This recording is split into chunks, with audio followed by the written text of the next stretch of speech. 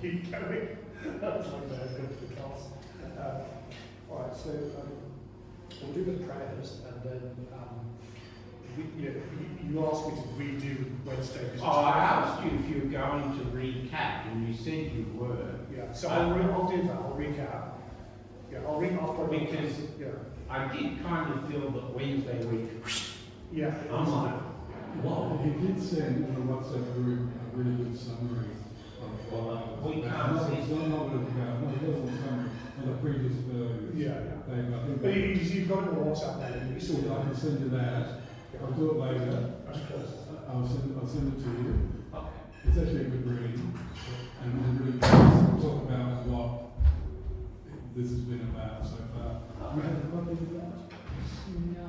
You use the WhatsApp? No, I'm not. I'll send you both of them later. Yeah, otherwise you won't get the handouts. Yeah. You can read them off before we see the class. Don't worry, we're going to do everything again and again.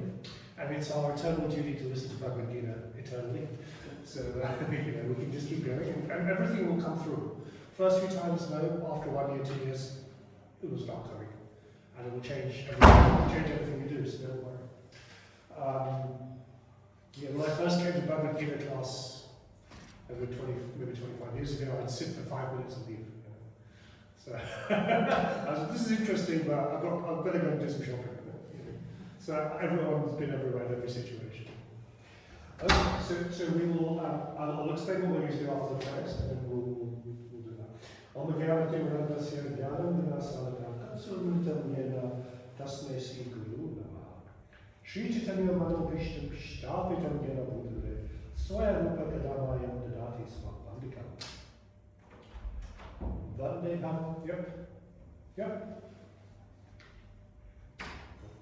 Vandeham Siguru Siuta Padakam Siguru Vaishnavas Tam Sagajatam Sagana Ragnatavitam Tam Sajivam Savitam Savadutam Archana Saitam Krishna Chaitanya Devam Sri Radha Krishna Padam Sagana Manita Sri Vikramitam Cham He Krishna Karmas Sindhu Dina Mano Jagapate Gopisa Gopikantam Starakantam Namostate Taptakanchagoram Radha Vindavasri Visabhami Sitadevi Pranamai Hari Priya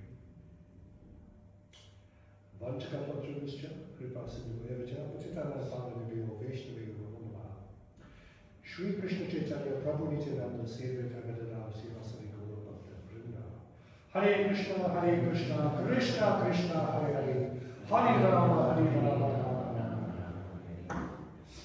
So at least this should start to make sense. I was born in the darkest ignorance. I think we're starting to get a grip on that, this dark ignorance. Okay, so we were looking at the question on Wednesday was, why is chapter 3 Karma Yoga? Yeah. And then before it's translated in Sanskrit, chapter 5 is Karma Sannyas Yoga. Why is there a difference? Bigger? Yeah, so there's we have two different things here. Karma Yoga and Karma Sannyas Yoga. So what we're doing here is we are, chapter 7 to 12 is all Bhakti Yoga. So we are preparing for this middle section, the middle bit of the sandwich. We're preparing. So Krishna is going systematically for a reason to explain this here. Chapter 6 is pretty much Jnana Yoga, mind control. So let's just look at these two things. So sannyas, just literally translated, means renunciation. You have a very closely related Sanskrit word, chaga, which means to renounce.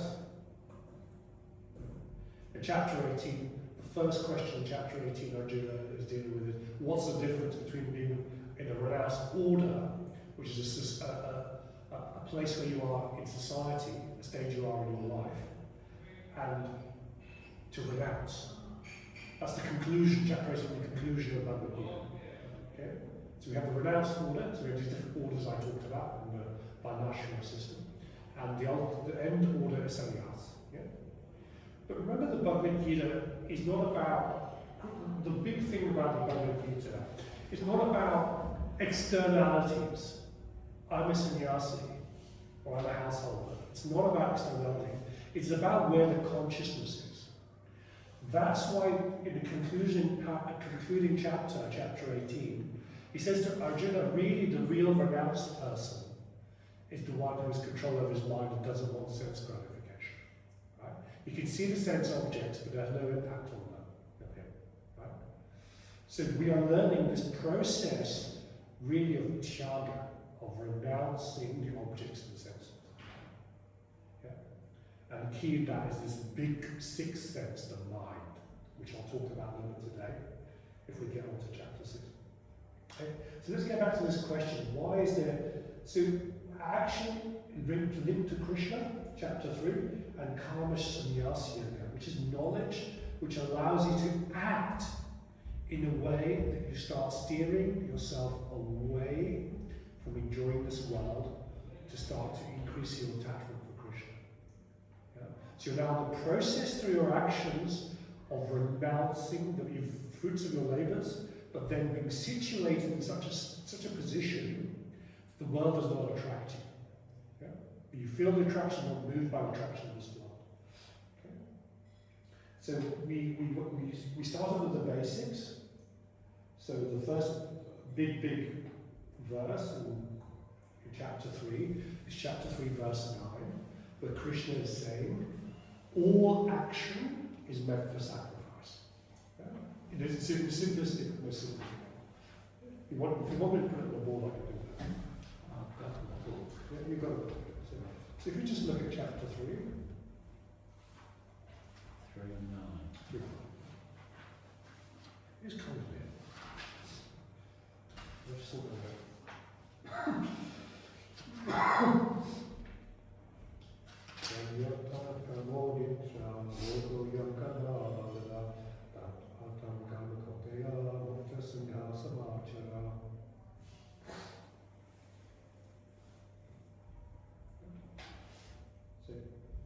work done as a sacrifice for Vishnu, yeah, which means Krishna, because Krishna is the origin of all Vishnus, has to be performed.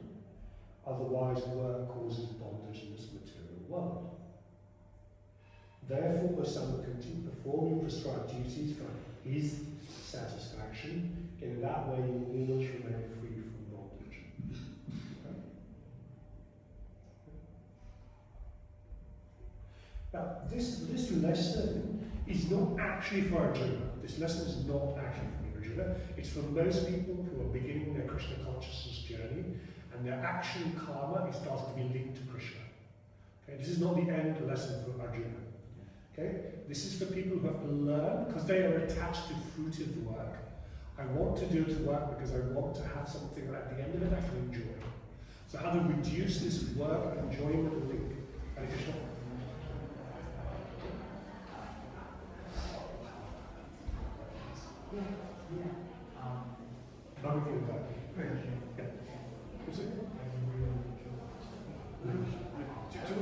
Maybe I move up because just be that way, right? Yeah. Just slightly. If you move here. Yeah, I think I've got me your vision. Thank you, Prabhuji. No, that's all right. In case you can't see me, it gets in the way. It's just back of someone's head as well. So we're just looking at what's your name? Ashok. We're just looking at why in chapter 3 is called Karma Yoga, and why chapter 5 is called Karma Sannyasa Yoga. Okay, that's what we're looking at. And the idea is to prepare you for the middle 6 chapters of Bhagavad Gita, which is about Bhakti Yoga. Okay? So we're at verse 3.9, which is read the verse. So if you want to go to chapter 3, verse 9, which what page is it on? What page is it on? 146. 146. 155. Yeah, it depends on what edition you've got.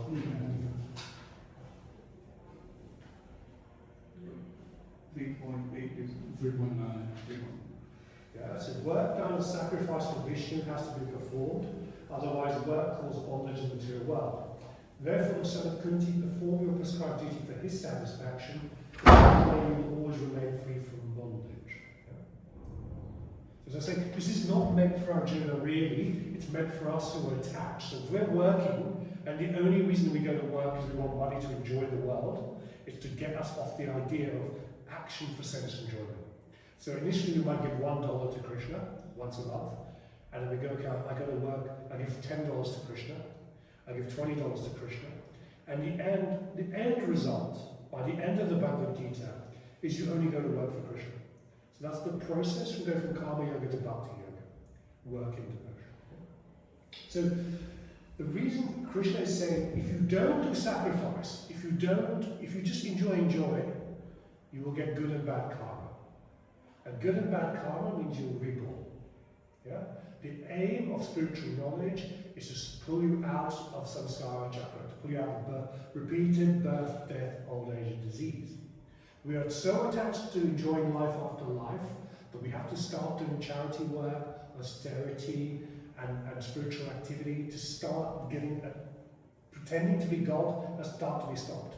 Krishna has created this world for us to pretend to be God, so we can eventually learn not to be God. Yeah. Just re-emphasizing that point. Okay. So this is the first basis. The first basis, as I said before, is we have Sakarma, Karma Yoga. Sakarma means not Salamanca, it's apple. Karma means lust. Sakarma means lust for myself. I work because I want to enjoy. I'm not interested in whether God enjoys so much, but I enjoy. But Sakarma Karma Yoga is I give to Krishna, maybe Krishna gives me something. Maybe Krishna will give me some material pleasure. Is that the same as I-karma? They say I-karma, A-karma? No, that's different, that's reactions. Oh. Yeah, I'll explain that. So karma can be action, but also means reaction as well. Oh, so A-karma, I-karma is reaction? Yes, that's different. Sorry. Yeah, that's okay. That's a good point. I'll come back to that. Yeah. So Sakarma Karma Yoga is action of self-interest. I come to temple, I give some grains, and Krishna will make sure I can pay my mortgage. Yeah.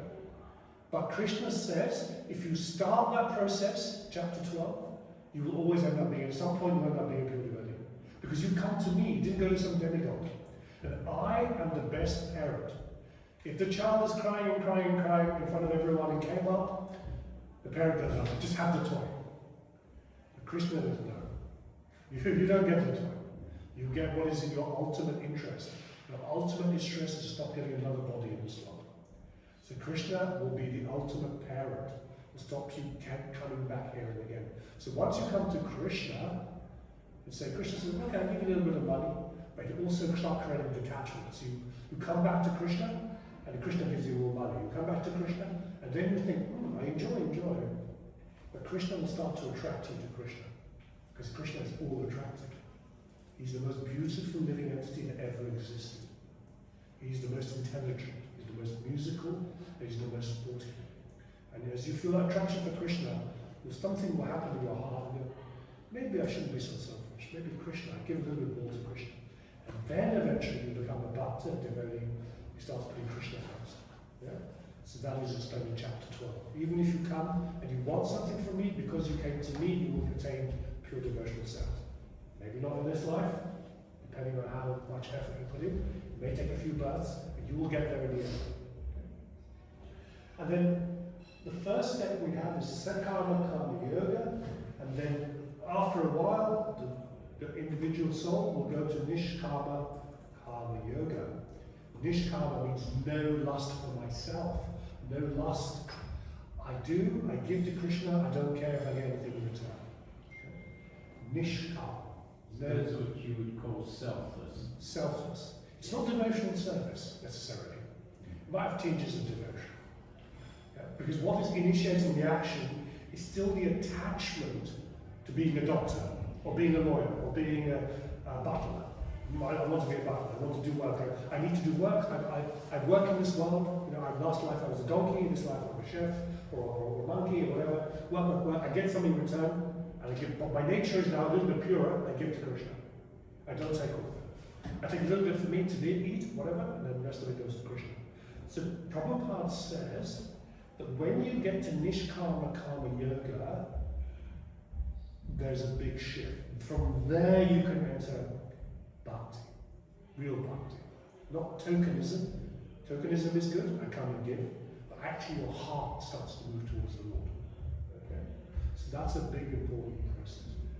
Now the reason he's saying here, back to your question, otherwise work causes bondage in this material world. Otherwise work causes bondage. If you don't sacrifice anything, you don't give away, because this world belongs to God, you're taking it illegally for yourself, you will get bondage. Bondage means every action is 3 types of reaction. Yeah? You have akarma, which means no reaction. So nishkama karma yoga, Nishkama Karma Yoga, there'll probably be no reaction, very little reaction, akarma. Yeah.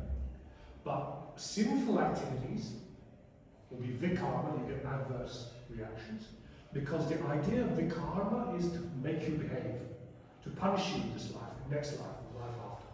So eventually the soul will remember how to behave. It's like a child that has to be pushed and moved and pushed and moved. Yeah. And you get karma, which is good and bad. The karma can be just a small reaction, small bad reaction, or can be good. Now, in knowledge, you don't want good reaction or bad reaction. Okay? If you see a wealthy person, Elon Musk or whoever it is, they have built up a lot of good karma. But a devotee wants to go back to Krishna, right? He doesn't want another body to become a king or a famous Hollywood star or something. You know? He doesn't want good or bad karma. Because he's looking at what his actions are. What is my intention behind doing this? My intention is to have sacrifice, do something for the Lord. That does not create good or bad karma. Okay? But the mind has to be trained over time to get that. Okay? So we have 3, really have karma, good or bad. Then you have vikarma, very simple. You hurt someone's child, hit them very badly, sinful, yeah. And then you have akarma, yeah. The bhakti, for example, has no karmic reaction. No karmic reaction. Now this is why Bhagavad Gita is a little bit difficult, because if you don't know this, when you read this doesn't make sense. Otherwise, what causes bondage in this world? What does he mean by this? It doesn't make any sense if you don't have the knowledge. Right? You have to be taught. Yeah. So what he means is that bondage means you have to come back and have another body and get old and get ill. Yeah? So don't just mindlessly start giving charity with this. Yeah, he warns later on, Krishna warns in chapter 16 and so on. Demoniac people just give money and think, look at me, I'm giving money. Because they want to emulate God. Krishna says, everything here, we're here to pretend to be Krishna. We have children. Even though we don't really create, we just move the material energy around the soul. There's only one Father, Krishna. He's only one seed-giving Father. This is an illusion of being a parent. This is what we get here. Okay.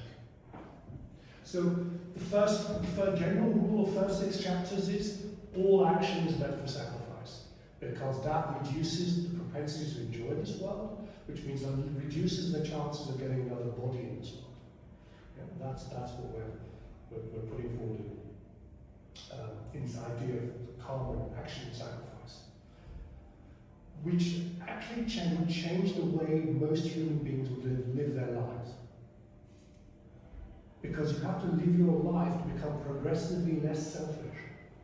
When you're born, by the time you leave this world. That is the real journey of the soul that will give a soul the chance to get out of here. Okay.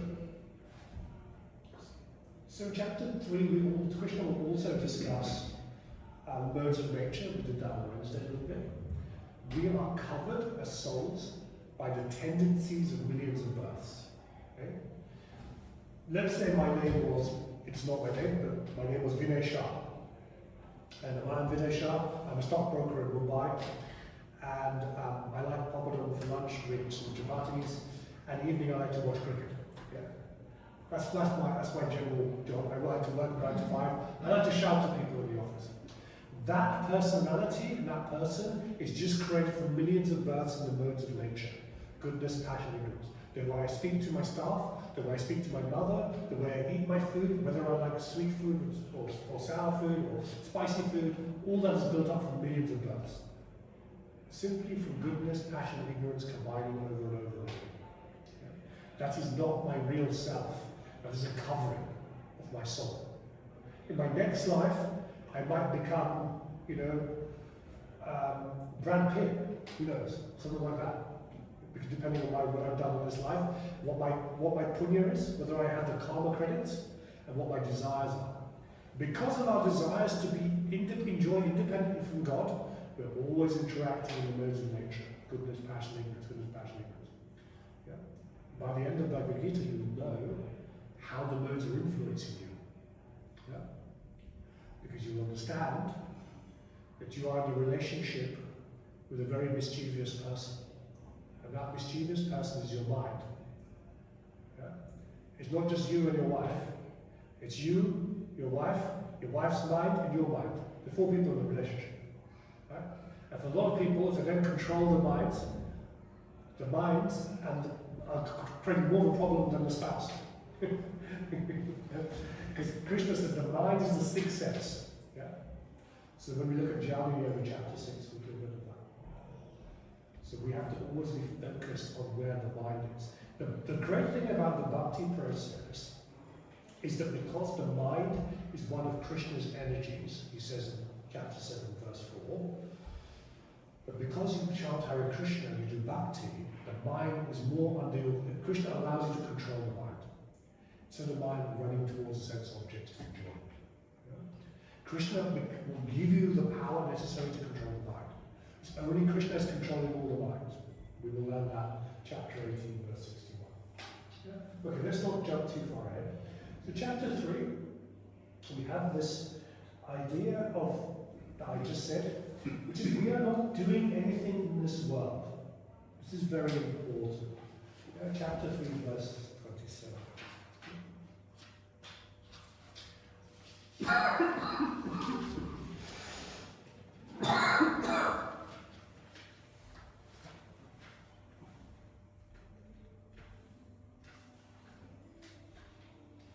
Prakriti Kriya Guna Karnali Sarvasa Ankara Vinvuduta Iti Madhyate. So, the spirit soul, bewildered by the influence of false ego, thinks himself the doer of activities that in actuality carried out by the 3 modes of material nature. The spirit soul, bewildered by the influence of false ego, thinks himself the doer of activities that are actually carried out by 3 modes of material nature. Very tempted to drink out of the water.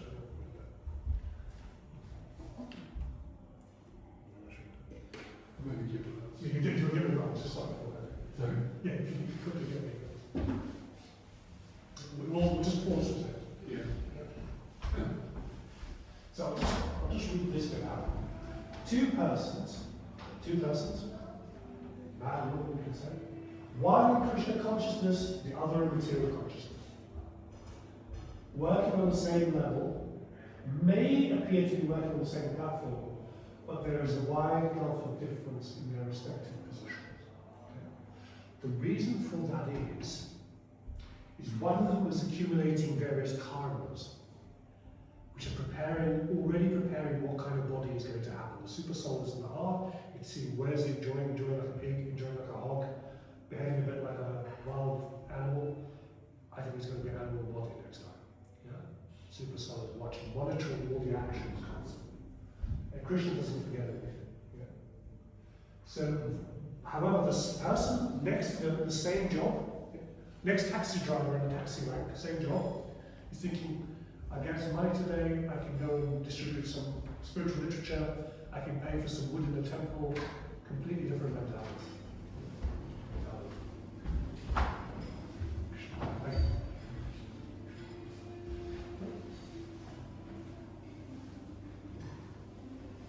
So, let's look at this influence of false ego, and let me explain what that is. Okay? Influence of false ego. So, we know that we came into this world because we had Isha and Deveva and Devesa. Right? Desire to be Krishna and envy of Krishna. Chapter 7, verse 27. I've said that every week. Okay? So we look at Krishna. Krishna is so beautiful, he has so many girlfriends. I want to be like that. I want to have all the attention. Straight out of the spiritual world into the material world, to be reformed. In the spiritual world, everyone is only interested in serving God and giving God pleasure. Yeah? We're now, in the material world, our behavior has been reformed. That's why we have all karma is meant for yajna, all action is meant for sacrifice.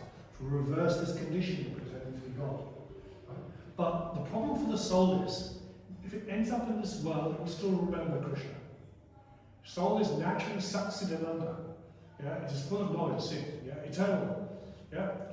And also ananda, full of bliss, looking for pleasure.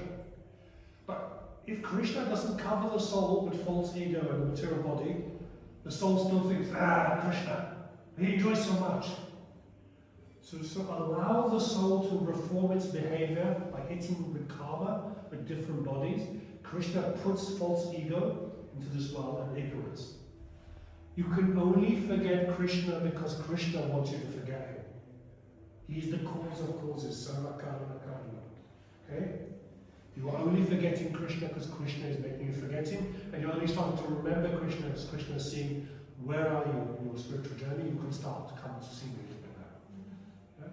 You've done 400 million births here, different species of life, been human many, many times, but you've started to be interested in me. So you can come to the temple. Yeah? But the person who is not there yet in their journey, they're out there, they're a soul in a body, and that body happens to be the body of a carpenter, which has happened for millions of births. They've now got the body of the carpenter. The soul is not doing anything, right? It's just reacting with the nature, and the psychophysical nature is accumulated for the last 300,000 births. Okay? And that means that you'll be attracted to a silver Volvo instead of a Mercedes. You'll be attracted to making pasta sauce instead of dal. You'll be attracted to playing cricket instead of playing soccer. Okay? But what Krishna will explain in chapter 5 now, building on this idea, is this is nothing is happening while you change your bodies of karma. Nothing is happening. And the soul is just that. Nothing is happening. Yeah? Last life, like yesterday, I was Susan. Day before, I was Margaret. Day before that, I was William. Different lives. Yeah? Before that I was donkey, then I was dog, I was elephant, then I was something else. Next, I can see now, with intelligence, if I'm not careful, I will become a dog again. If I start to enjoy this world in a particular way, I will become this, like a dog. So, this is the building block for what is going to happen in chapter 5. Okay? Chapter 5, now, Krishna is going to make it clear that you're not doing anything in this world. He's just watching what you do and changing your body all the time. Okay? So the first verse we understand this from. Okay? Remember, Krishna is trying to liberate Arjuna from illusion, of not wanting to fight. Okay? So we can see here. Chapter 5, verse 8 and 5, 9. Now this time take your time, take 1 minute to read, because it's a long verse. It's a very long verse. Okay?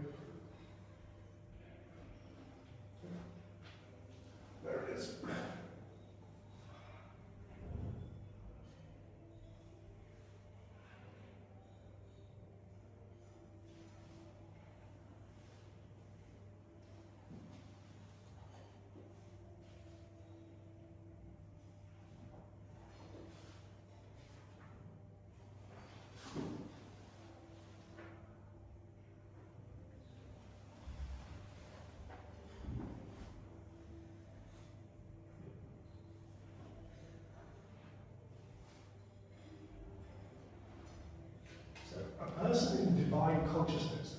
have knowledge. If you have knowledge, although engaged in seeing, hearing, touching, smelling, eating, moving about, slowly breathing, whatever, always knows within itself, it actually does nothing at all. Nothing is happening. The soul is just there. It's just this, I'm Dilip Kumar and I like to have idli. Yeah? It's just a temporary thing from all the words of nature and karma. Yeah? Because while speaking evacuation, seeing, opening, closing his eyes, he always knows that only the material senses, ears, nose, eyes, the engaged object is aloof from them. Yeah? Is that knowledge empirical? Do you actually know, or is it conceptual, like from reading literature? So it starts conceptually, and then through bhakti it becomes known. Yeah, through bhakti. Because what's happened is the soul is covered with ignorance, and Krishna, as we talked about, chapter 10, verse 10, he uncovers it. As you come to him, he will uncover it. He will show you how the material world works. Okay? The more you come to him, the more he will unravel. Because he wants you to get out of here, but as I said before, it's got to be a genuine process. Yeah? What it's like, remember, you put the child here, the child has to get to the other end of the room, you put all the toys either side, and the child starts walking, and the child has to get to the other side of the room in one go. But we'll go to this toy, we'll go to this toy, go to this toy. Yeah? Until the child is trained to walk straight through, is not distracted by any sense object. And that is the bhakti process. Yeah? So first is conceptual understanding using intelligence. We have jnana, and then we have vijnana, we start putting it in practice. We can only put it into practice once Krishna allows you to understand it into the heart. If the soul is remembering this. Yeah?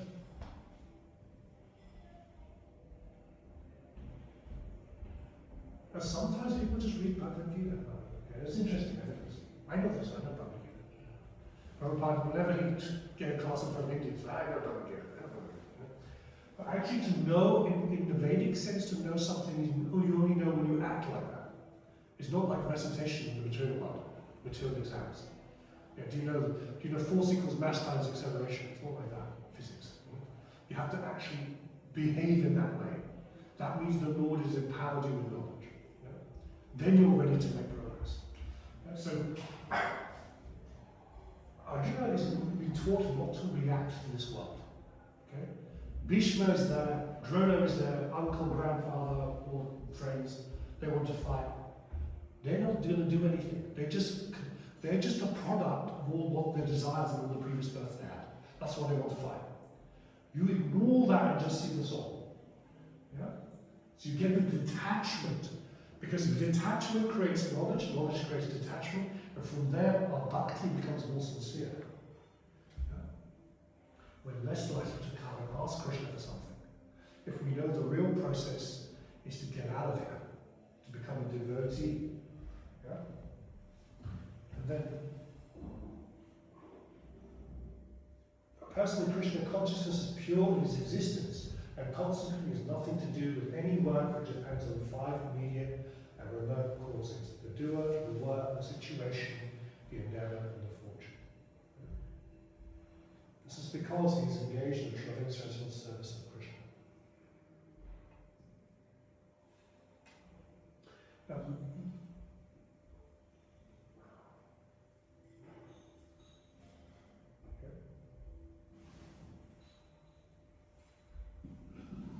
Now, the biggest transformation, when we're ready. So at the end of the section on Bhakti Yoga, chapter 11, verse 55, Prabhupada says in the purport, it's the most important verse of Bhagavad Gita. Krishna explains to Arjuna how the same job is not in Karma Yoga, it becomes Bhakti Yoga, pure Bhakti Yoga. Right? And this is important in understanding when we get to that chapter 11, verse 55. Okay?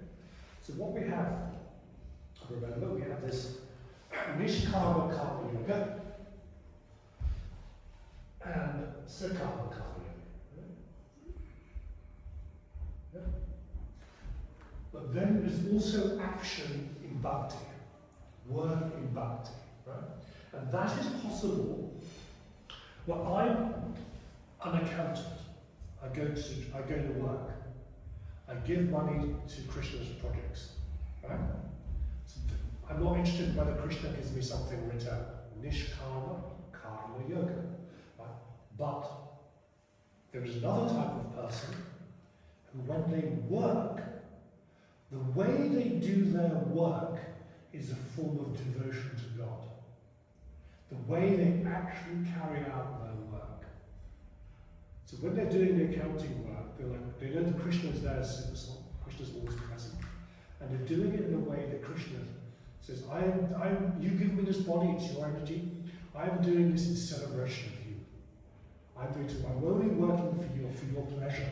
My actual way of working is for your pleasure. Forget about the outcome.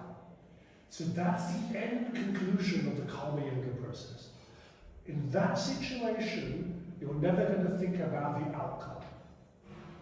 The outcome is not a zero consideration. Then you're free from this material energy. Yeah? I chop some cucumbers. I know Krishna is going to eat the food. I want him to enjoy the process of me chopping the cucumbers. I want him to enjoy the way I prepare the food. The process is an expression of love of God. Yeah? Yeah. Today I was cleaning outside the temple and I was just wondering how to actually do that. And how to actually do this with devotion. It was just a job, you know. I wasn't expecting anything in return, but I was very aware of the fact that I didn't really know how to do it with devotion. Yeah, see, the first thing they say, when you start working, you say, I offer this for you. Come and enjoy with me, cleaning the temple, or doing my chef's work, or my banking work. I'm going to work only for you, or you're with me. Let's enjoy together. Yeah? For that person, that's just practice. You have to repeat to yourself again and again. Yeah? For that person, this question Arjuna asked in chapter 2, how do I become this person who is always happy, doesn't affected by sorrow or distress or sadness, or someone dies or doesn't die, or I win, I lose. It was all the same to me. How do I get to that position? Yeah? As the person who the process of work in itself is an act of devotion will become free. Because then they're only working, the process of work is for Krishna. Yeah? They know, they have an awareness of God's presence in their heart, in every atom. Yeah, we learn this in Bhagavad Gita. In every atom, Krishna is present as Kisora Vishnu. Right? Krishna is present everywhere in the air. Right? You're never away from God. Yeah? The conclusion of chapter 6 is Yogi Lama Pisarvesa Matkadandarakwana, which is somebody who sees me everywhere and sees me in everything. I'm never lost. We're never lost to each other. Yeah? And Arjuna doesn't say anything at the end of chapter 6 because then we start Bhakti Yoga chapter 7. Krishna then goes, this is how you become this person. This is how you become. So we haven't got there yet. We just said karma yoga, karma sannyasa yoga. But in order to get there, we have to get to karma sannyasa yoga. We have to understand that we're not doing anything, because that will make us question what is the right thing to do. If I'm not doing anything, why am I doing anything as well then? What am I supposed to be doing? How am I supposed to behave? Yeah? His question is, well, I'm not going to fight, I don't want to fight. He said, no, this is why you fight. The question is very good. The answers are completely wrong, because they're based on sense of gratification of the mind. But now I will tell you why I created this world, and why everyone is here. Right? They're all here to learn the love they forgot they had of me. Yeah?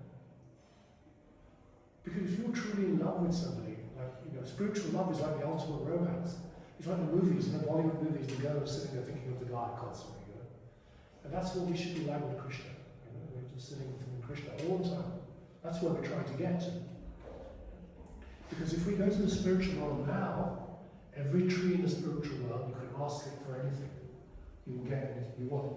If we went now, we would ask the tree for a Rolls Royce. I said on Wednesday, give me a big house. But everything in the spiritual world is unlimited because it's for Krishna's pleasure. That's why you can get a Rolls Royce from the tree in the spiritual world. But then the problem with us is we are contaminated. We will enjoy it for ourselves, and then we end up back here. So when we will be ready to completely do everything for Krishna, be absorbed in everything we do for Krishna's pleasure, then we are ready to go back to Krishna. Until we are not ready for that, we have 1% left for ourselves to enjoy separately, We're not ready. Because we're going to be creating karma. This is a process of practice. Yeah? Chanting Hare Krishna every day is an austerity. It purifies, but you also learn to be with Krishna. And you're learning that you have some big problem when you chant Hare Krishna. Right? It's called the mind. The mind is like a very unfaithful wife. When it sees the objects of the senses, anything in the material world, it runs to them. Like they are its lovers. Prabhupada says in Canto 5 of Bhagavad Gita, the lovers of the mind. The mind is like an unchaste woman. Whenever it sees, look over there, there's lots of sweeties. Let me go and enjoy. Oh, I forgot about Krishna. Because the mind went to the lover, the sweets, to enjoy the time. Oh, let me see that car over there. Let's go and buy that. Yeah? For millions of births, the voices of the mind are like. So we're learning through chanting to start to put this enemy to make it a friend. To try and make this naughty wife behave. With running away. That's Prabhupada's example, Canto 5. Once we can control the mind, with the soul, intelligence, mind, and senses, right? Once we can control the mind a little bit, bhakti starts becoming very easy. Because it's not a choice between, maybe it's time to go to the temple. It's like, I miss Krishna, I miss Krishna. The mind is, watch TV, just go away. Don't talk to me. You can ignore the mind. You can do bhakti. And then you get, bhakti gets stronger and stronger, you won't even hear the mind. Yeah. Krishna gives the example. It is like somebody in the ocean has all the rivers of desire coming into the ocean. The ocean is not moving. Well, you can see it, you know it tastes nice, you experience it, you just ignore it. Oh, that's chocolate, I know what it tastes like. Oh, that's this. Oh, that's a magazine about fighter planes, I'm not interested, just enjoying fighter planes. That's a magazine about history of trains, I'm not interested in mundane nonsense. Okay? The mind wants to enjoy history, modern politics, history, celebrity gossip, what our cousins are doing, who went to university, who's got a degree, all the nonsense. Remember, the millions of nonsense here, nothing is happening. Karma Sannyasa Yoga, nothing is happening. It's just nonsense. Yeah. Prabhu, you say the soul is not energy. At the same time, you say the soul is it's just enjoy. So you ultimately enjoy the fruits. So how do we understand that he's not doing anything, at the same time he's enjoying? He enjoys the fruit. No, technically, when we say the soul is enjoying, we are talking about through the body. Yeah? It's undergoing the illusion of enjoyment and suffering. That is what he's trying to teach Arjuna. Yeah? Not fighting is a good thing because you go in the forest and relax. But this is actually an illusion. Relaxing in forest is itself illusion. The soul is thinking it is enjoying because of the false ego and Krishna has put ignorance, tamas, on the soul. Yeah? Actually, the soul is not enjoying. Yeah? But we say the soul is enjoying suffering because that means that what it's doing is it's trying to get pleasure and it's feeling this body, the pain through this body, and it's actually associating through the mind with that pain. Yeah? Actually, so it's kind of a strange thing. The example I used to give is the Matrix, the movie. In the movie The Matrix, there's artificial reality, and in there the actor Keanu Reeves is breathing. And then the guy points out to him, you're not breathing. You think you're breathing. The soul is not breathing. It cannot be destroyed. It has its own body. It's undergoing a hallucination of enjoyment and suffering. Is it because of the attachment to a subtle body and gross body, so the soul thinks that is the enjoyment? Yes, it's an attachment to the mind, the intelligence, and the false ego, which is the subtle body. 3 elements of subtle body. That's one of the ways the soul is basically thinking this is a reality. Yeah? It is conditioned for many births of thinking this is real. So it's not ready to think it's not real. Yeah? But that is an illusion. Yeah? The next verse we're going to do, 5.14, explains that. What is happening is it is association with this material world is making you think it's enjoying and suffering. Because it doesn't know anything else. Okay. For example, non-devotee eating sweet, he enjoys the pleasure of the sweetness. The sannyasi is also eating the same, but he also says it's very sweet. Yeah. That means he's also, what we can say is Krishna prasadam, but that enjoyment, the pleasure, the soul. I thought you almost had the answer. You almost had the answer. You almost had the answer. Oh, When the sannyasi is putting it in his mouth, he can taste it sweet, but he's not necessarily enjoying that. That's the difference. I'm a lawyer. There are many friends of mine who are lawyers. They enjoy doing law, right? For me, it's not a consideration of enjoyment or not enjoyment. That's the difference. but still he feels that.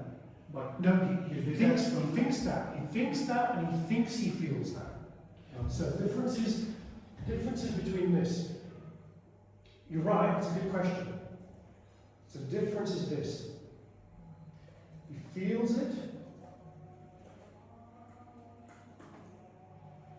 The answer is, oh, this is always doing this. No. He thinks he feels it. Of course, yes. That's the suffering. That's ignorance. Yeah. We are thinking we're enjoying, we're not actually enjoying. It's the master plan of Krishna that we think we're enjoying. It's the master plan of Krishna that we think somebody dies. No one is dying. This one is eternal. That's the point of Prakriti, of the material world, is until the soul is ready for the truth, it must suffer and enjoy, Prabhupada says. But what we mean by that is it must undergo the illusion of suffering and enjoyment. Yeah? The illusion of it. Because it identifies with this temporary world as being real, as being permanent. There's always looking for permanence in this world, but nothing is permanent because Kala exists, time is here, always changing everything. Yeah? So from a spiritual point of view, there is no enjoyment or suffering here. But because we are entangled and conditioned, we perceive it that way. so if it is a full self-realized soul, does he feel the pain or not? He will feel the pain through the body, but he knows it's not real. That's the difference. Yeah. He knows that the body needs the material energy from the food to subsist. But he knows that body is just covering his real self. Yeah? He's in this world, there are rules of this world. Yeah? But the difference is he's not attached to this world. So he's not getting affected. He's not getting affected. Yes, you will feel, if you pinch somebody, a sannyasi, you will feel it. Yeah? But it's the body. He's not going to make a big deal about it. That is how we get detachment. That is how we get vairagya, through knowledge. Yeah? Because we know that we are actually in an illusion of enjoyment. We don't buy the car. We don't buy the bigger house. We don't buy the bigger fridge. We don't want more expensive clothes. Because we know this isn't who we really are. So why are we wasting time on this? That's the why it's being taught. For the conditioned souls out there, no, they think they're the body. As far as they're concerned, they're enjoying, they're dying, they're suffering, they're eating, they're everything, evacuating, going to the toilet, they're doing all these things. They don't know what the soul is. For them, it's a reality. But it's not a reality. It's just a pretend reality. But they don't know that. So they have to suffer and enjoy it. But actually, they have to imagine and undergo the pretension of their suffering and enjoying. It's not actually happening. The soul's just there. It's not.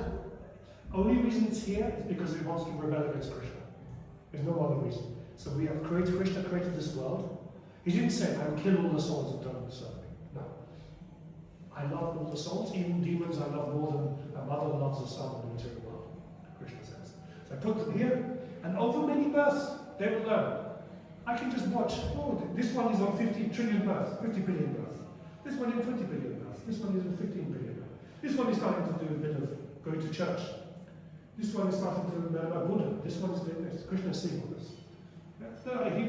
Then he goes, oh, maybe this one is feeling lost, he has some spiritual stuff, he's detached. Maybe I send devotee, or devotee comes down. Gives him a book. Krishna's read. He knows the whole karmic history as a super soul. Every birth has been with you.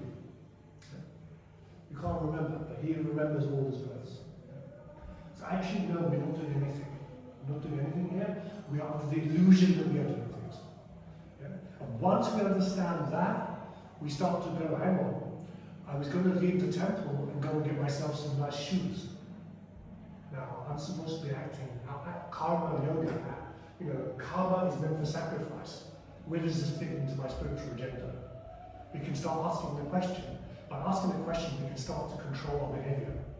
And by controlling our behavior, we start to purify ourselves. That's the process. This is why it's important to know. Because if you don't know this, it's difficult to really do bhakti. If you acknowledge it, the only reason you won't do bhakti if you have knowledge is to still have it of enjoying this world.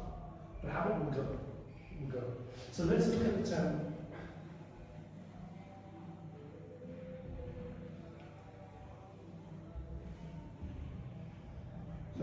here you go, that's what we're going to do next. Chapter 5, verse 14.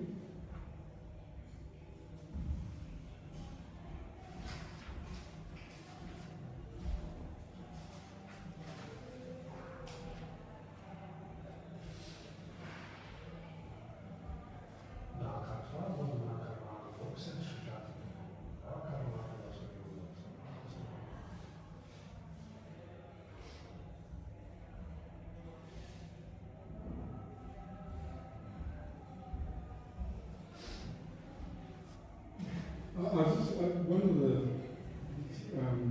terms here, phrases that always gets me, what is material nature has been referred to? Is that in everything?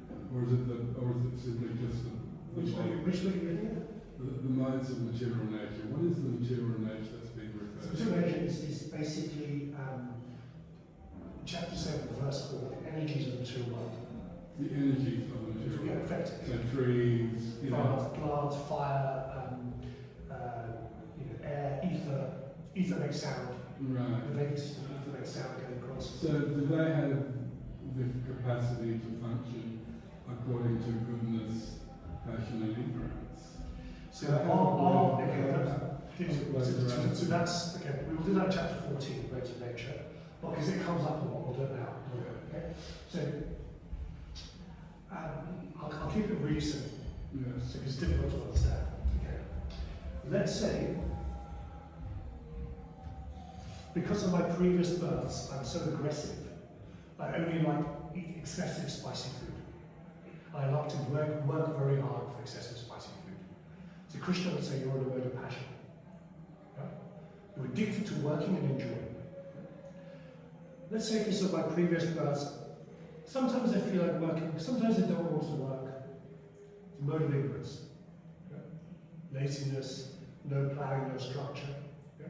And let's say I'm in a mode of goodness. I like to work because I just like to go and work. I like everything to be nice. I like to do my duty, and I like to pay my bills. Very good. Yeah? But obviously, we are combinations of these things. Yeah?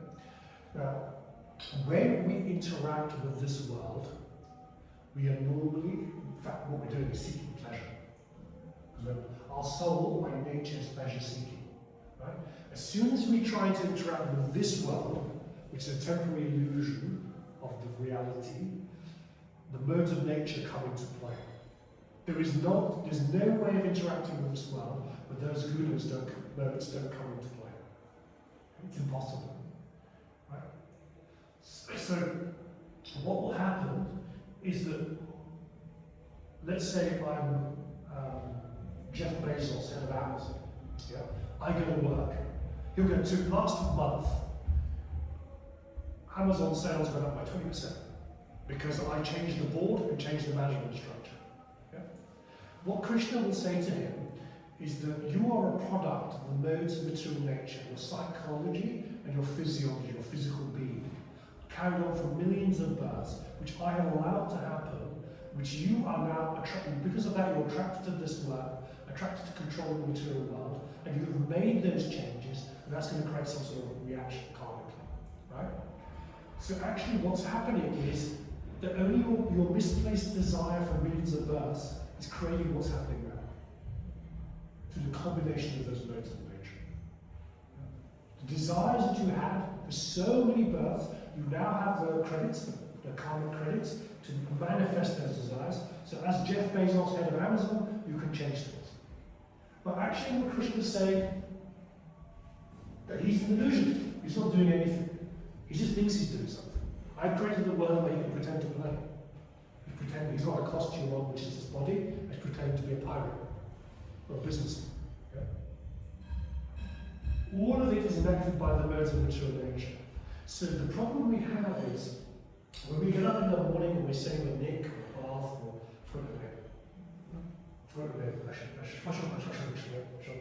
and Uma. We get up in the morning and go, I am Uma, I am Ashoka, Nick, I am Bath. But actually not any of these things. We're not these things. This is just a construct of millions of births.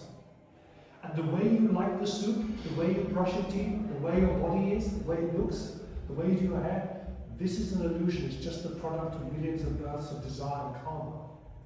It's just a material energy, because you're the soul. So imagine going out there and saying, come to Krishna consciousness, you're not what you think you are. It's a difficult thing to sell, right? People, you can't really sell that. It's difficult for us to understand it, right? Forget about the people out there. Yeah. But Krishna is making it clear to Arjuna. Arjuna is in Dwapara Yuga, third Yuga. He's a different body, different mind. Grew up in a different environment. Yeah? Of Varnashma Dharma. So Arjuna understands whole Bhagavad Gita in 48 minutes. Because he knows everything what Krishna is trying to say. When Krishna says Guna, he knows. Body, soul, he knows that. Arjuna knows all these things that we are learning to learn Gita. We are learning things that we need to learn Gita. But Arjuna is not a problem. He understands things like does not create activities and all this. He already has this knowledge. Yes, for him it's very easy to learn. But we don't, because we were born in this yuga, in India or the West or wherever it is. So we don't have the knowledge required to unlock the Gita. We can only get it from the descending school, from the acharyas. We can only get it. Yeah. Where Krishna has revealed through the ignorance. Through their bhakti, they've got revealed the meanings. Yeah. So it's actually very liberating to know that you are not who you think you are. Who you think you are is not you. It's actually quite liberating. Because if you're not who you think you are, think about real worries.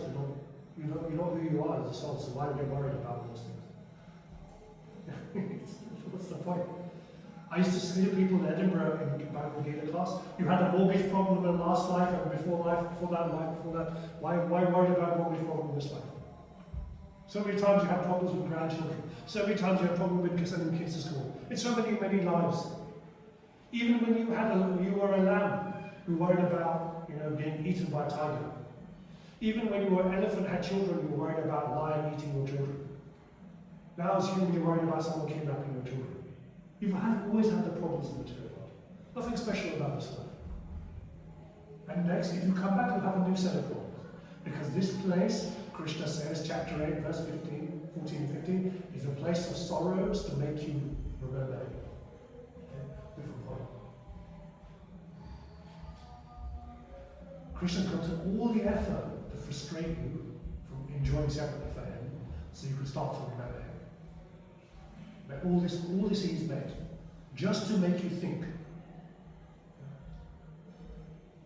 You don't have to live the same day again and again. The more you come into bhakti, the more your original state as a soul is coming back. You don't have to live in this illusion.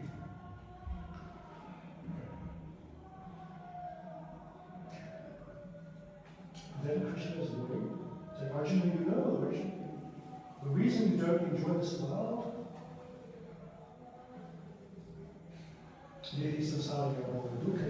chapter 5, verse 22.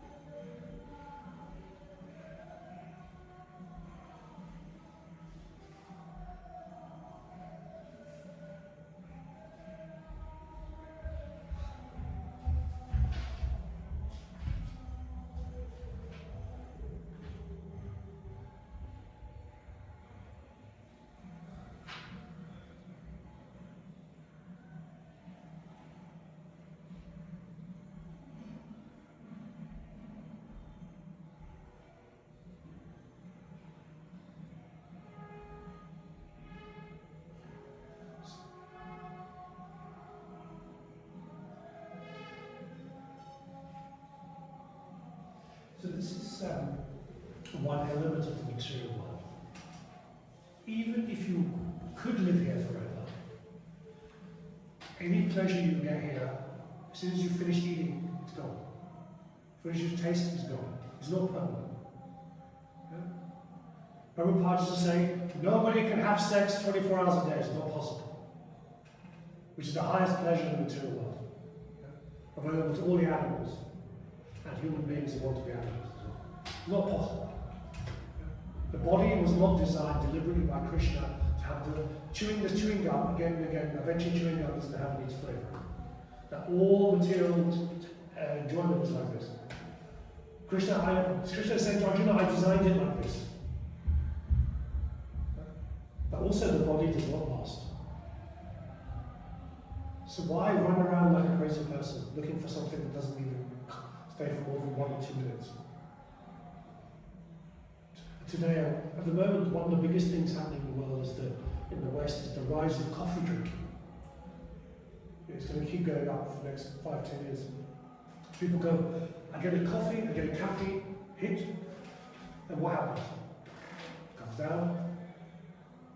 Afternoon, get another coffee.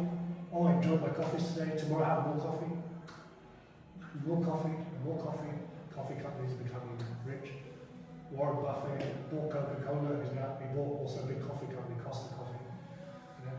People are addicted because they can't stay high on the caffeine. The brain is not designed for that. You can't be drunk 24 hours a day, you'll just die of liver poisoning. Okay? So what do? Oh yeah, I enjoyed some alcohol, I enjoyed some coffee, now I break, I get ready, I enjoy it again. I recover, I enjoy it again. You know? Isn't that a frustrating way to enjoy it? Yeah? What I said a few months ago, the soul has its own senses, Atma Indriyani, and the soul can enjoy kirtan all the time. And Prabhupada slept 1-2 hours a day. He was writing Krishna book all the time. Because the pleasure of the soul is that's permanent pleasure, not sex pleasure. Because the brain only has so many neurons, they can accept the energy of the world, right? Electricity going through the body, it's an liberty. So he's saying to Arjuna, why do you want this pleasure anyway? Why is it a consideration of yours? Of whether you get pleasure or not get pleasure? Now Arjuna, he'd fought in many battles. Right? He won many wars before the Battle of Kurukshetra. So why was it this time he didn't want to fight? Because Bhishma was there, Drona was there, some relatives and friends were there. This time he had some personal interest. The mind is playing a trick on him. Personal interest. Therefore I enjoy separately. I don't want to kill people I love.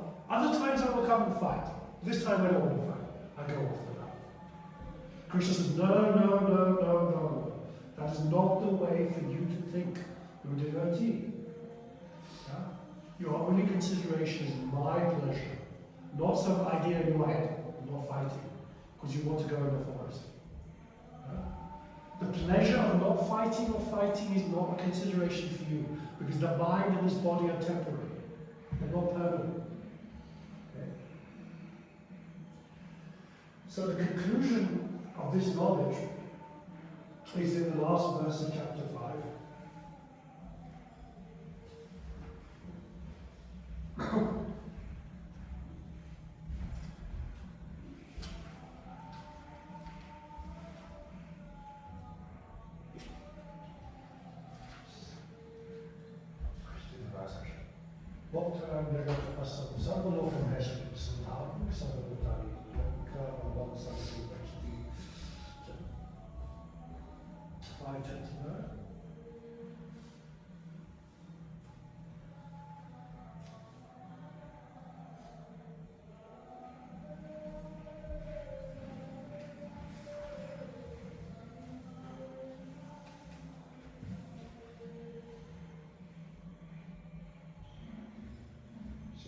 I'll explain this.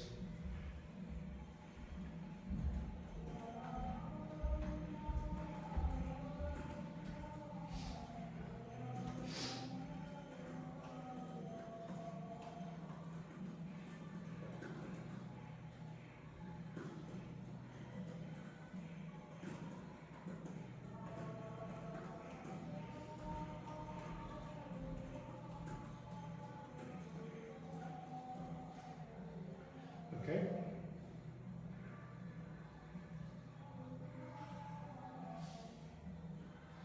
So effectively what Krishna is saying, concluding this first 5 chapters, is you have 2 choices. Because I told you you're not doing anything. You're just stuck in this body, you're changing bodies. You make me the enjoyer after millions of births, slowly doing sacrifice, or remembering me. You pretend to enjoy this world. And every time you enjoy this world, you get karma, slap, slap, slap, enjoyment, karma, karma, karma. You know, you can keep doing this life after life after life. Or, now you're saying enough. If you understand the knowledge, Krishna will now enjoy. From this minute onwards, only enjoyer is Krishna. Ultimately, Krishna is the only enjoyer of everything. So, a person full knowledge, full consciousness of me, knowing me to be the ultimate beneficiary of all sacrifices.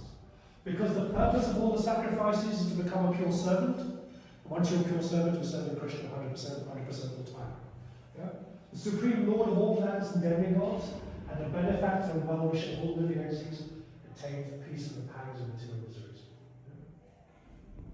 The well-wisher of all living entities. He doesn't want anyone to stay here. Yeah? He'll keep kicking you through karma, different bodies. Yeah? You keep enjoying it until you get frustrated, birth after birth. That's why many wealthy people, they come to Krishna consciousness. They don't want to enjoy the money, they've done it so many births. Accumulated the piety, got the good karma, got the money, no, I still don't want it. ADELAIDE Swami is an example. Born into a very, very wealthy family. Didn't want any of the money. Because over many, many births, probably enjoyed many times being born in a wealthy family. In the nature of doing charitable works, if your soul is in the mode of goodness doing charitable works, many times you can be born in affluent families. Over many yugas, over the lifetime of many Brahmas. After many, many lifetimes of Brahmas, it will have similar births. So now it's interesting, how do I get out of here? I tasted this many times. I don't want to taste anymore. Born birth in the palace. We all know about the rock stars, the Hollywood stars, the kings that get bored and create destruction.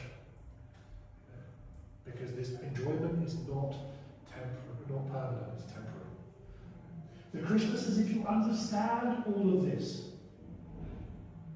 you will have the peace from the pain and suffering of this world.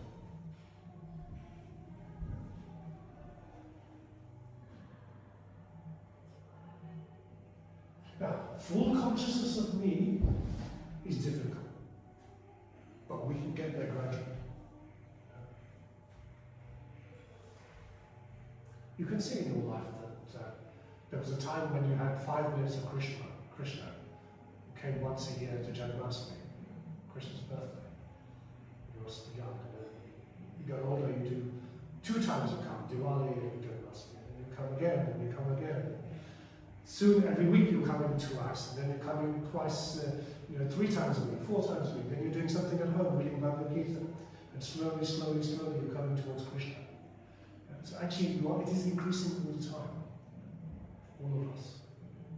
But at some point, you push the accelerator.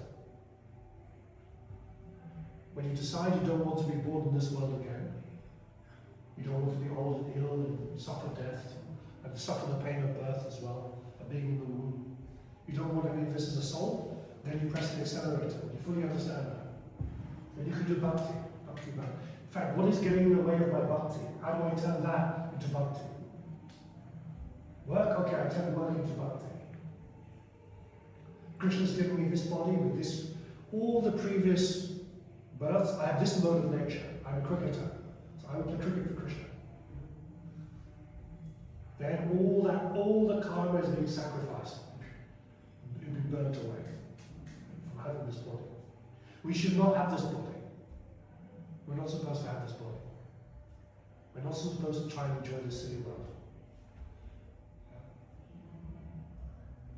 Because we don't want to enjoy suffer like hot and cold. Imagine I made the room 30 degrees. 10 minutes later I make it 2 degrees. Then I make it 30 degrees. We're sitting here, it's not fun.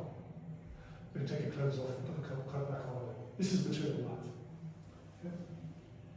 When you learn to see the mind through chanting Hare Krishna, you realize how the mind is enjoying, not enjoying, enjoying, not enjoying, enjoying, not enjoying. And you realize you're crazy. People out there, they're crazy. Because the mind is completely not controlled. Left, right, centre, everywhere going. I had a good week. Now I watch Netflix, I watch TV for 6 hours. I feel better. Then I'm ready to run like a donkey again, to watch TV for 6 hours on Friday. This is animal life. Lion is going hunting, then they're sleeping. Hunting and sleeping. Yeah. Prabhupada said, it's animal life, it's animal civilization. You know, you can't tell them. The politicians don't say, no more sense gratification, because they will rebel. They're not used to it, they're not ready for it. So just, I trick them, I want sense gratification, they want sense gratification, I just trick them. They put me in power, I enjoy for myself, look at me. Why? Just pretending to be Krishna for 1 second. I'm in power, I'm Krishna for 1 second. No, there's only one person who has power, this is illusion. Yeah. So, how much do you want the reality? How much, how much you will undo the conditioning? So, practicing practicing bhakti is the only way out. Because the whole purpose of this entire universe is to make you remember that you are a servant of God. That's what you are. And the more you hear, the easier it gets. Any questions, Bob? You're looking at. I was wondering, I was just looking for it, do penances, which one is that? Which one? Do penances. Penances, austerities, it should not be, it should always be performed. Yeah. That verse. Yeah. Is that 5? Yeah, we did do 518 today, so. 514, was it? No. That's if I've got a keyboard on. Don't worry, Google's very good at this. I just read it a second ago. It was in one of these verses that we did tonight. That's right, just following myself.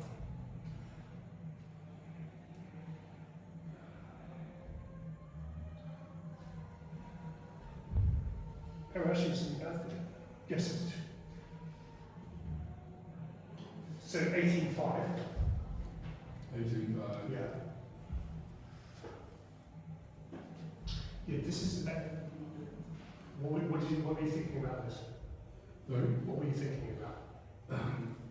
You said to perform penances for me, and the rest of the verse talked about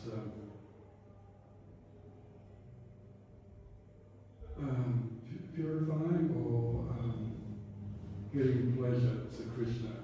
And I think of 9.27 where he says, whatever you do, whatever you eat, whatever, yet kamoshi yet nasvashni, yet juhosi danasi yat, yet topasaya kontaya, iti kurasata apartment, whatever you do for me. No, it was tonight, it was in tonight's. Tonight. So what text did we do tonight? We did 3.27, we did 3.9, sacrifice. 3.27, okay. 3.9 is about sacrifice.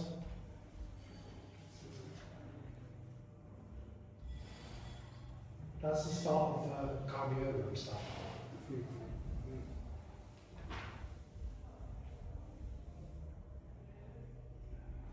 Yeah, I'm not going to be able to quote it correctly. It did say just to perform penances for me, and no, that one should perform penances to purify oneself. Yes. That was the phrase. Correct.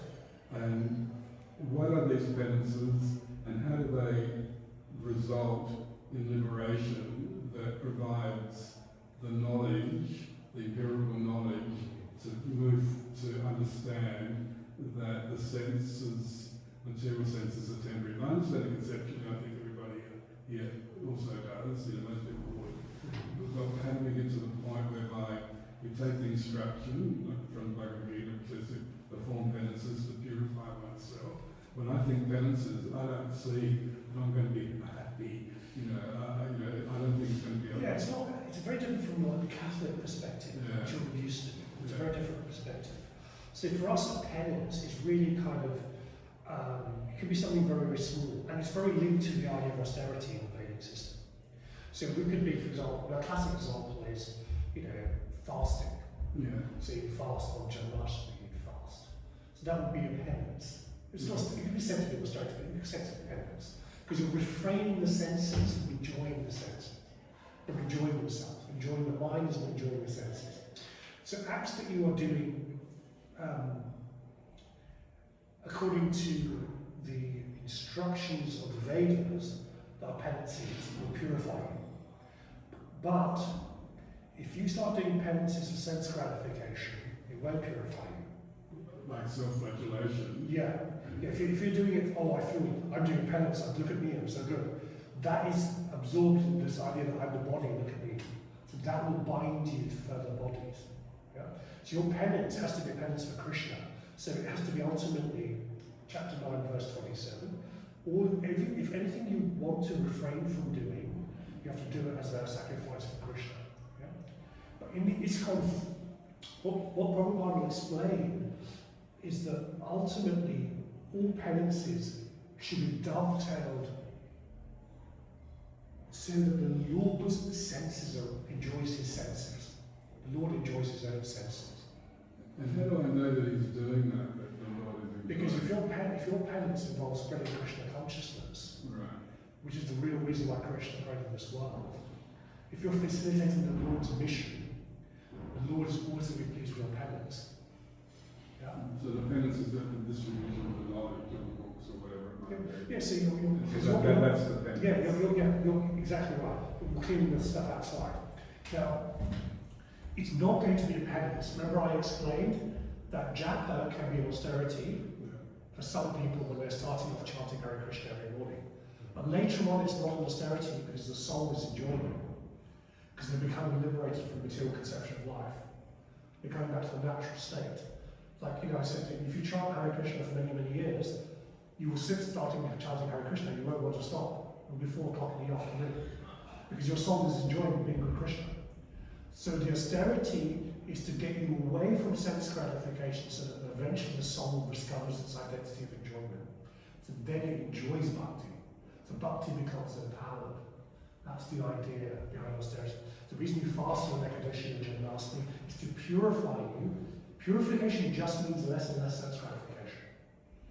Okay. So during a given day, let's say you're enjoying the smells and the tastes of this world 50 times, you're doing it eventually 0. Everything you're doing is the same, but Krishna is enjoying. When we do the next 6 chapters on Bhakti, from chapter 7 to chapter 12, that will become clear.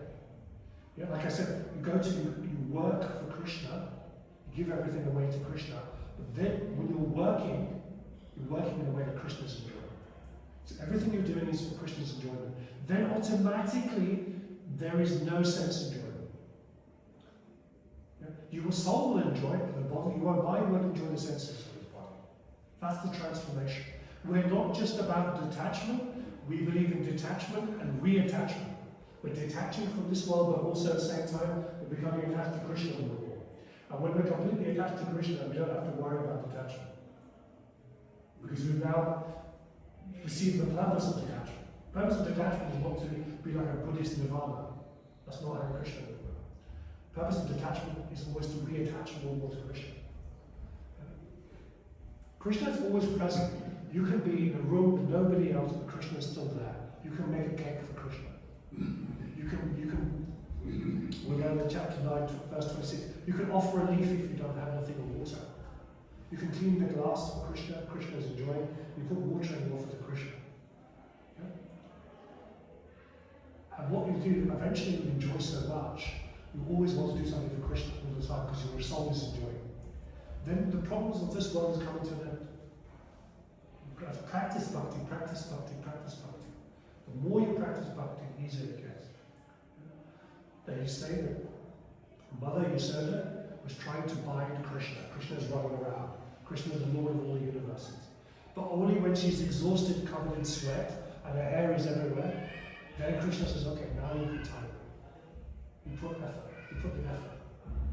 Not initially you get to tie Krishna. No, it doesn't work like that. Krishna has to see that you can get out of here.